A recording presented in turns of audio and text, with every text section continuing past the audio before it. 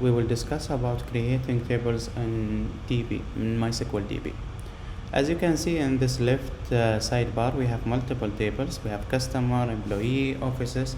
In each table, we have multiple columns, indexes, foreign keys, etc., etc. But we will focus now how to create table with specific columns.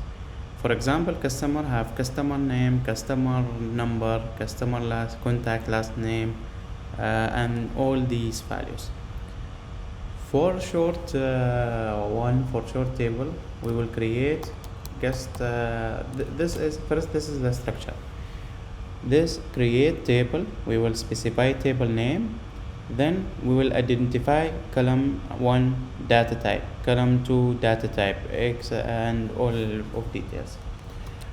Let's create table called students. Now we can create the columns one by one. First one is ID, called ID. Okay, ID is integer.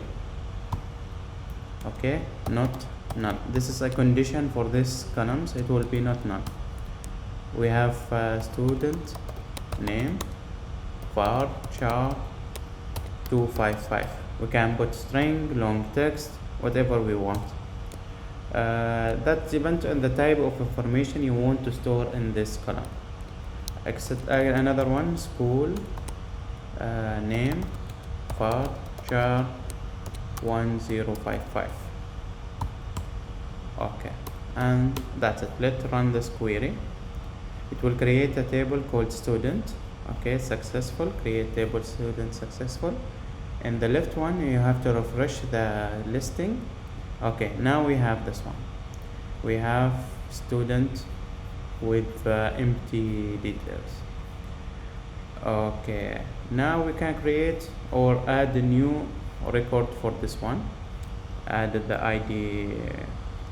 Okay, no, nothing. We can add it using the query. I will discuss later about this query.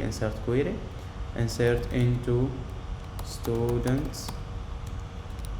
Let's specify the columns.